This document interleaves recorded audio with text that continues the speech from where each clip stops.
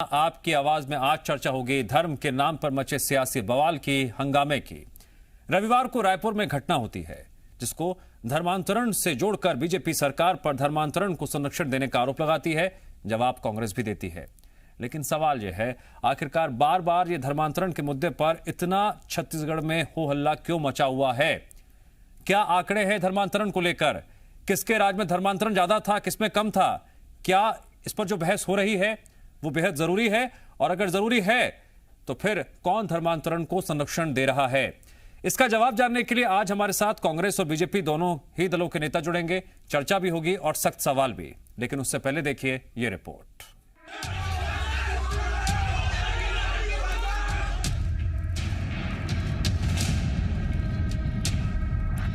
रायपुर के पुरानी बस्ती थाने में धर्मांतरण को लेकर दो समुदायों के बीच रविवार को जमकर विवाद हो गया। कुछ लोग पुरानी बस्ती पुलिस स्टेशन पहुंच गए। उन्होंने एक पादरी पर धर्म परिवर्तन का आरोप लगाते हुए हंगामा किया। गुस्साए लोगों ने इंस्पेक्टर के कमरे में बैठे पादरी की पिटाई भी की।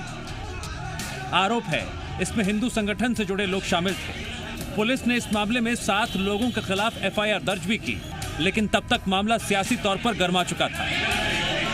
थाने में हुए हंगामे पर छत्तीसगढ़ की सियासत में धर्मांतरण पर फिर से जंग छिड़ गई। बीजेपी ने सरकार पर धर्मांतरण को संरक्षण देने का आरोप लगाते हुए बघेल सरकार को घेरा। देश हिंदुस्तान है, हिंदुस्तान के अंदर में धर्मांतरण का, धर्म परिवर्तन के भी नियम है, लेकिन आप दबाव पूर्वक किसी की कमजोरी का फायदा उठाकर, किसी की गरीबी का फायदा उठाकर यदि इस देश के अंदर में, प्रदेश के अंदर में धर्मांतरण यदि होता रहा तो मुझे लगता है इससे बड़े भी आंदोलन होंगे और सरकार फिर उस आंदोलन को झेल नहीं पाएगी। आरोपों का जवाब देते हुए कांग्रेस ने कहा बघेल सरकार लगातार स्थिति सुधारने में जुटी है, जबकि बीजेपी ने प्रदेश में धर्मांतरण को बढ़ावा दिया है। किसानों से किए गए वादे भाजपा की केंद्र सरकार निभा नहीं रही है, नौजवानों से रोजगार के वादे नहीं निभा रही है, तो भारतीय जनता पार्टी नफरत फैलाने के अपने एजेंडे पर काम कर रही है और इस तरीके के विवादों को हवा देने में लगी हुई है। मामले में एफआईआर दर्ज होने के साथ साथ प्रशासनिक स्तर पर भी कार्रवाई हुई। थानेदार से लेकर एसपी तक के तबादले हो गए, लेकिन इस पर सियासत जारी है। हालांकि धर्मांतरण को लेकर छत्तीसगढ़ में यह सियासी जंग नई नहीं है। इससे पहले भी सीएम बघेल और पूर्व सीएम इस मुद्दे पर एक दूसरे पर वार पलटवार कर चुके हैं। ऐसे में सवाल यही उठता है आखिरकार धर्मांतरण के मुद्दे पर सियासत कौन कर रहा है? क्या छत्तीसगढ़ में जबरन धर्मांतरण हो रहा है? विपक्ष इस मुद्दे पर जो सवाल उठा रहा है उसमें कितना दम है, या फिर धर्म के नाम पर सिर्फ सियासी हित साधे जा रहे हैं? देवेश तिवारी के साथ सत्य प्रकाश, जी मीडिया, रायपुर। धर्मांतरण के नाम पर क्या सियासी हित साधे जा रहे हैं? क्या फिर कोई सियासी खेल खेला जा रहा है? कौन इसमें किरदार है, कौन इसमें भूमिका निभा रहा है? आखिरकार मकसद क्या है, या फिर बेवजह सवाल खड़े किए जा रहे हैं? आज कई सख्त सवाल हैं जिनका जवाब लेंगे मेहमानों से। हमारे साथ 2 मेहमान इस वक्त जुड़ रहे हैं। बीजेपी का पक्ष रखने के लिए बीजेपी प्रवक्ता संजय श्रीवास्तव जुड़ गए हैं, स्वागत है आपका। और कांग्रेस प्रवक्ता आरपी सिंह जी, मैं आपका भी स्वागत करता हूं। सबसे पहला सवाल संजय श्रीवास्तव जी मेरा आपसे है, और यही सवाल मेरा कांग्रेस से भी होगा। सवाल बहुत कॉमन है, धर्मांतरण छत्तीसगढ़ में कितना बड़ा मुद्दा है बीजेपी के लिए और क्यों? संजय जी, सवाल आपसे। देखिए, ये दुर्भाग्य की बात है कि जो लोग धर्मांतरण को एक, जी हाँ, मैं संजय, मेरी आवाज आ रही है? जी हाँ, आ रही है, बोलिए। मेरी आवाज आ रही है जी। देखिए, मुझे ये बड़े दुख का विषय है कि जिन दलों के द्वारा या जिन व्यक्तियों के द्वारा इस धर्मांतरण को यदि मुद्दा कहा जाता है तो मुझे उनके राजनीतिक सोच पर तरस आता है। देखिए, आज नहीं, देश की आजादी के पहले से जिन महात्मा गांधी को हम सब आज भी पूछते हैं, जिन महात्मा गांधी को मानते हैं, उनके विचार भी स्पष्ट रूप से हैं। और तमाम उस समय के जो पत्र थे उसमें, चाहे वो यंग इंडिया 23 अप्रैल 1931 की बात करूं, या फिर हरिजन 5 नवंबर और 30 जनवरी 1937 की बात करूं, उन्होंने स्पष्ट रूप से लिखा है कि धर्मांतरण का निश्चित रूप से खिलाफत होनी चाहिए। और उन्होंने जिन वक्तव्यों को कहा है उसको मैं 2 लाइन के अंदर में बता देता हूं कि गांधी जी ने जिस तरीके से धर्मांतरण प्रक्रिया की आलोचना की और सभी धर्मों को मानकर सभी का आदर करने का विचार रखा था, और उन्हें स्पष्ट कहा कि मैं विश्वास नहीं करता कि एक व्यक्ति दूसरे व्यक्ति का धर्मांतरण करे, अर्थात धर्मांतरण कोई मुद्दा नहीं है। और उन्होंने यह भी कहा एक पत्र के अंदर में उन्होंने ये भी कहा यदि किसी के पास धर्मांतरण फिर शक्ति क्या है? आपकी पार्टी के धर्मांतरण क्या है? उस शक्ति का प्रयोग भी करना क्योंकि चाहिए। संजय जी, आपने ये आरोप लगाया है कि मुझे सरकार ऐसा लगता है, धर्मांतरण को देखिए, संरक्षण दे रही है। संविधान के अंदर में निश्चित रूप से तो क्या है धर्मांतरण, क्या है? मैं ये समझने की कोशिश कर रहा हूं, जनता समझने की कोशिश कर रही है कि धर्मांतरण है क्या? की भी एक परिभाषा है सर। सुन ले तो मैं समझाऊं आपको थोड़ा सा। देखिए, धर्मांतरण ऐसा है कि धर्मांतरण की भी व्याख्या संविधान के अंदर में है। धर्म परिवर्तन किस तरीके से हो सकता है यह भी संविधान के अंदर में है। लेकिन जिस तरीके का परिदृश्य देश के अंदर में और विशेषकर कांग्रेस के शासन के अंदर में यह स्थिति क्यों उत्पन्न होती है, धर्म परिवर्तन यदि स्वेच्छा के साथ में किसी को किसी के पास में जाने की जरूरत नहीं, मुझे लगता है कि यह धर्म अच्छा है तो वो कोर्ट में संबंधित अधिकारी के सामने जाकर धर्म परिवर्तन करा सकता है। आरपी सिंह जी, आ रहा हूं आपके पास, एक सवाल ले लूंगा संजय जी से। संजय जी, क्या अगर जबरन धर्म परिवर्तन हो रहा है तो क्या इसको लेकर कुछ आंकड़े हैं का फायदा उठाकर यदि धर्मांतरण करती है तो वो क्या कोई केस दायर किया गया है? कोई ऐसी जानकारी सामने आ रही हो? रायपुर में जो घटना हुई सिर्फ उसी के सहारे क्या इस मुद्दे को उठाया जा रहा है? नहीं, कोई सहारा नहीं है। धर्मांतरण पर तो हर एक थाने के अंदर में केस दर्ज होगा, लेकिन इस छत्तीसगढ़ की भूपेश बघेल सरकार का सबसे बड़ा दुर्भाग्य कहना चाहिए, या उसको हम अपने शब्दों में सौभाग्य कहें, कि इनका ही एक अधिकारी जो एसपी है, उन्होंने इस बात का पुष्टि की, इस बात का संकेत सचेत किया सरकार को कि सुकमा के अंदर में और ट्राइबल क्षेत्रों के अंदर में बड़ी मात्रा में धर्मांतरण हो रहा है। बावजूद इसके उस पर कहीं किसी प्रकार की कार्रवाई नहीं करना, कहीं किसी प्रकार की कोई एक्शन नहीं लेना, इस बात को सिद्ध करता है कि राज्य शासन ठीक है। मैं आपसे कई सवाल किए, अब जरा मैं आरपी सिंह जी से भी सवाल लेता हूं। धर्मांतरण हो रहा है और पूरा संरक्षण कांग्रेस शासन से प्राप्त है। ठीक है आरपी सिंह जी, संजय जी कह रहे हैं धर्मांतरण कोई मुद्दा नहीं है, लेकिन एक विषय ऐसा जरूर है जिसमें आपकी पार्टी के नेता दो हाथ करने से पीछे नहीं हटते हैं। बयान उधर से भी आता है, जवाब आपकी तरफ से भी आता है। आखिरकार क्या छत्तीसगढ़ में जबरन धर्मांतरण हो रहा है? क्या कोई आंकड़ा सामने आ रहा है जिसके तहत यह कहा जा सके कि कोई कार्रवाई हो नहीं रही है, या फिर इस मामले पर पर्देदारी जारी है? देखिए दिवांश भाई, धर्मांतरण क्या है पहले तो वो समझ लें। इन्होंने बताया कि 1937 की यंग इंडिया अखबार में ये छपा था, उसके पहले कुछ और छपा था। तो अखबार की कतरनों से देश नहीं चलता।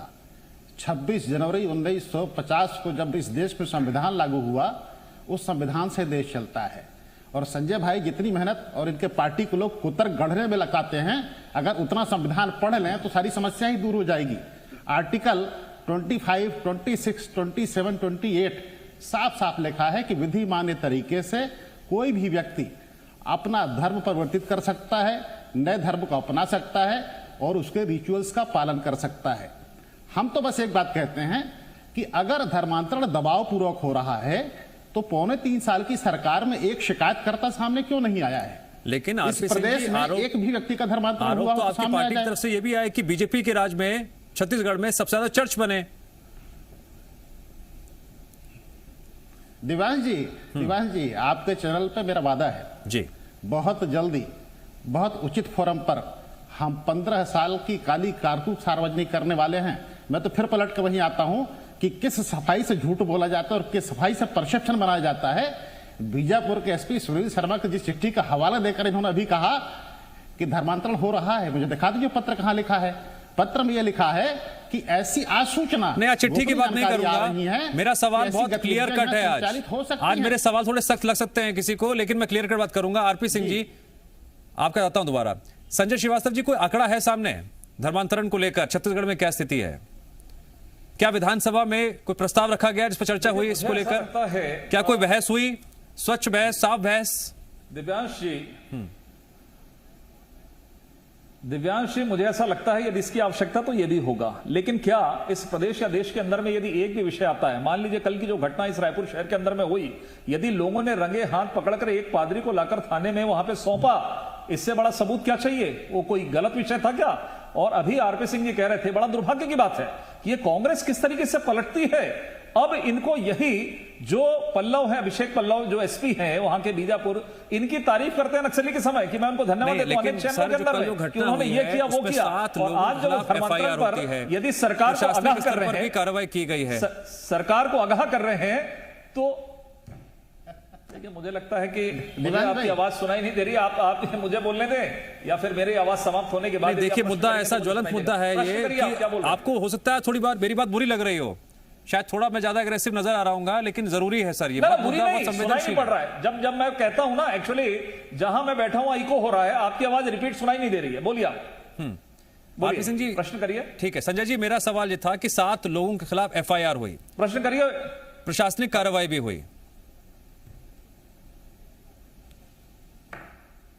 देखिए दिवांश भाई, मुद्दे की बात नहीं और नहीं कठिन सिंह जी, प्रश्न भारतीय सर, जनता एक पार्टी सेकंड को सुनाई नहीं 30 देते। सेकंड में आ रहा हूं, 30 सेकंड में आ रहा हूं। संजय जी सवाल थमे रहिए। दूसरी बात, यदि कोई टेक्निकल प्रॉब्लम उसमें भी राजनीति करने का नहीं, ऐसा नहीं होना चाहिए। देखिए आरपी सिंह जी, नहीं प्लीज, लोगों के खिलाफ आज मैं बिल्कुल नहीं। आरपी सिंह जी, 2 लोग गिरफ्तार होते हैं। तकनीकी खराबी की वजह से संजय जी को आवाज नहीं आ रही है, वो बात अलग हुई। दोनों भारतीय जनता पार्टी के कार्यकर्ता। तो इस प्रदेश में हिंसा कौन फैला रहा है, धार्मिक मतभेद कौन फैला रहा है और गुंडागर्दी कौन कर रहा है? भारतीय जनता पार्टी के लोग। अगर कोई शिकायत करता था तो सामने क्यों नहीं आता है? बीजेपी खुद शिकायत करता, लेकिन आरपी सिंह जी, वो पादरी अपनी बात कहने सवाल आता तो ये भी है ना कि जब आपको थाने के कोई अंदर तथ्य इतना नहीं हंगामा मिलता क्यों खड़ा तो हो गया? मारपीट करने लगते हैं। कार्रवाई बाद में होती है, लेकिन हंगामा इतना खड़ा क्यों हो गया? एक वही पादरी बता को रहा वहां हूं, पर भारतीय कुछ लोग जनता आकर पार्टी पीटते हैं। 15 सालों से जो गुंडागर्दी करती आई है और जो यहाँ पर उन्हें लेकिन लगता था कि सर, लाठी की आरपी ताकत सिंह से राज जी, चल सकता है। आप ये भूपेश व्यवस्थाओं को बघेल की बहुत बखूबी सरकार है, मैं समझते बता हैं। सकता हूं आपको। पुलिस के पास पूरा जो भी अधिकार ऐसा होता प्रयास है। करेगा, उसका अंतिम ठिकाना पुलिस के जेल पास होगा। पूरा अधिकार होता है। पुलिस के पास वो कानूनी बिल्कुल, डंडा पुलिस ने है कार्रवाई जिसके की है। तहत वो दोनों भारतीय जनता तुरंत पार्टी मामले के पर ब्रेक लगा पदाधिकारी सकती हैं है। जो गिरफ्तार हुए हैं, तो साबित हो गया है कि भारतीय जनता पार्टी के लोग गुंडागर्दी कर रहे हैं। दिव्यांग जी। संजय जी, जी देखिए, बड़े दुख का विषय है। और यदि आज धर्मांतरण के मुद्दे पर मेरे साथी यदि कांग्रेस के नेता कह रहे हैं, तो मैं पूरी ताकत के साथ और पूरे दम्भ के साथ में आपके जी चैनल में कहता हूं कि धर्मांतरण के मुद्दे को हम सामने लेकर आए हैं। ये तो वो डरे हुए लोग हैं, तुष्टीकरण के आधार पर राजनीति करने वाले लोग, किसी अल्पसंख्यक वर्ग को, किसी इनको किसी धर्म मान्यता संविधान से कहीं कोई अर्थ नहीं है। ये 26 जनवरी 1950 की बात कर रहे थे, मैं महात्मा गांधी जी की बात कर रहा था। महात्मा गांधी जी के नाम पर तमाम प्रकरण करके वोट बटोरने का काम करते संजय जी। हैं, लेकिन यदि महात्मा गांधी जी के विचारों को मैंने सामने रखा तो इससे उनको तकलीफ है।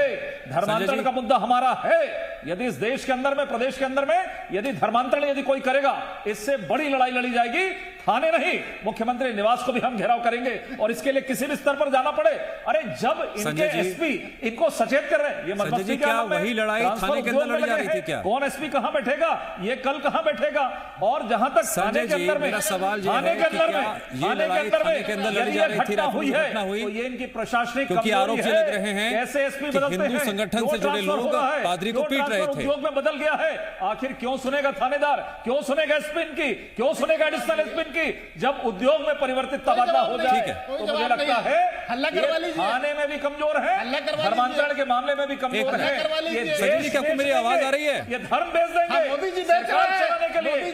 संजय जी, आपको मेरी आवाज आ रही है? धर्म बेच देंगे और सब प्रकार का बेच करके राहुल गांधी और गांधी परिवार की सेवा करेंगे। केवल यही काम है। कौन कहां से आया, कौन कहां गया, ये स्थिति इस सरकार के अंदर में है। एक कमजोर सरकार, एक कमजोर सरकार। मैं 1 मिनट लिए आप दोनों को रोक रहा हूं। पहले तो ये समझिए कि संजय जी, क्या आपको मेरी आवाज आ रही है? अभिषेक पल्लव को सस्पेंड करिए, एसपी को सस्पेंड आपको मेरी आवाज आ रही है?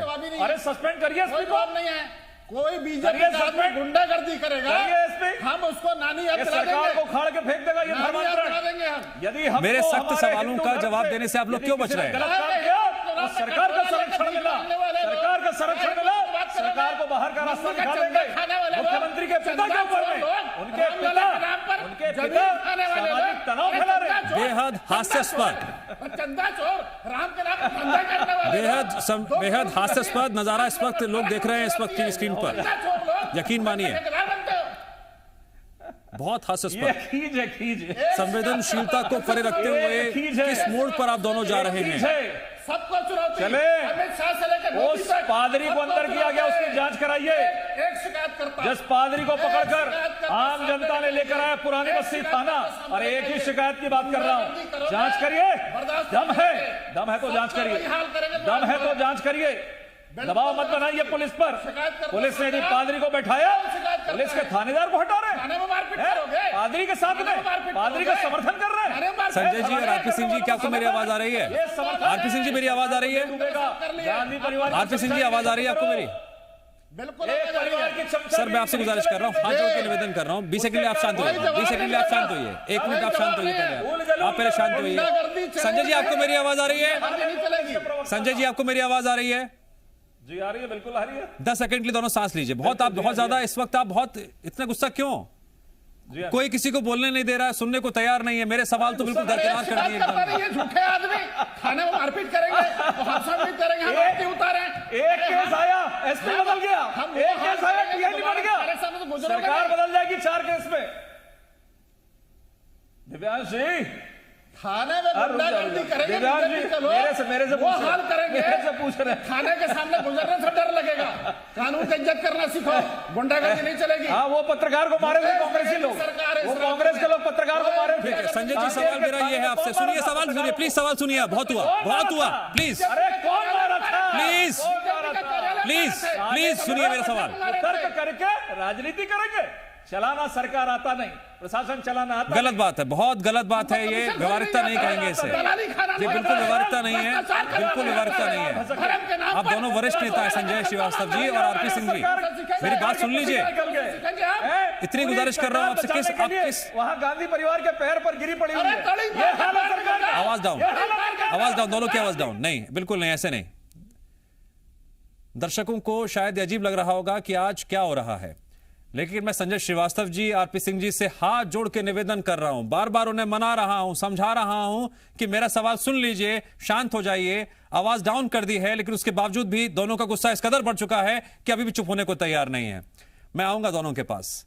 संजय श्रीवास्तव जी, आरपी सिंह जी, अगर आप मेरी आवाज सुन रहे हैं, एक बार फिर से मैं हाथ जोड़ के आपसे निवेदन कर रहा हूं, शांत हो जाइए। पहले तो शांत हो जाइए। मैंने हाथ पर छोड़ दिया। संजय श्रीवास्तव जी, बहुत क्लियर कट सवाल है। थाने के अंदर मैं प्रश्न कर लेने दीजिए, आप प्रश्न कर रहे हैं जिनसे बस थोड़ा सा एक सवाल लूंगा दोनों से, मैं एक सवाल लूंगा। संजय जी, बहुत क्लियर कट सवाल है। थाने के अंदर जो घटना हुई, क्या ऐसे में आपसी सौहार्द का माहौल नहीं बिगड़ता है? जो प्रेम भाव, एकता का भाव है, वो बिगड़ता नहीं है? समाज में क्या संदेश जाता है? निश्चित रूप से दिव्यांश जी, मैं भारतीय जनता पार्टी का कार्यकर्ता हूं, इस घटना का समर्थन नहीं करता कि थाने के अंदर में इस तरह की घटनाएं होनी चाहिए। लेकिन एक थाने की फिर बीच में बोले,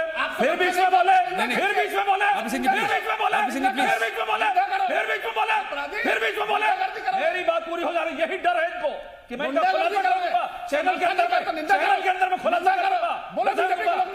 तुम्हारा राज है क्या? गुंडागर्दी हमारा राज नहीं, हमारा राज है, जिसको कहते हैं हमारा राज है। निकल गया, भसक गया, जाओ दिल्ली, पैर पड़ने के लिए पैर पड़ने चली गई पूरी सरकार दिल्ली में। इन तस्वीरों में देखकर ऐसा लग रहा है कि थाने के अंदर जितना हंगामा नहीं हुआ था, उससे ज्यादा हंगामा आज स्टूडियो में हो गया। एक तरफ संजय श्रीवास्तव जी और दूसरी तरफ आरपी सिंह जी, कोई किसी की सुनने को तैयार नहीं, ना कुछ बोलने को तैयार और ना मेरे सवालों का जवाब देने के लिए तैयार, और इसी के साथ ये वक्त ऐसे ही खत्म हो गया।